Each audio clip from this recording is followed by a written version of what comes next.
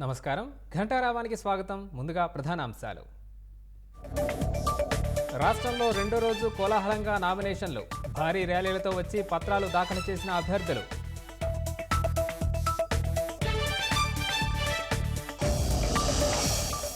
జగన్పై రాయిదాడి కట్టుకదేనన్న వర్లరామయ్య.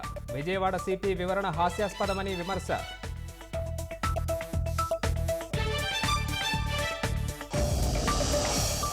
కాకినాడ జిల్లాలో జగన్ రాకతో సామాన్యులకు తప్పని అవస్థలు.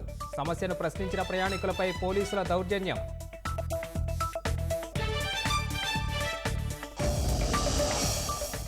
ఎస్సీ, ఎస్టీ, ఓబీసీలను గత ప్రభుత్వాలు మోసం చేశాయన్న ప్రధాని. ఓటు బ్యాంకు కోసం రామభక్తులను అవమానిస్తున్నారని ఆగ్రహం.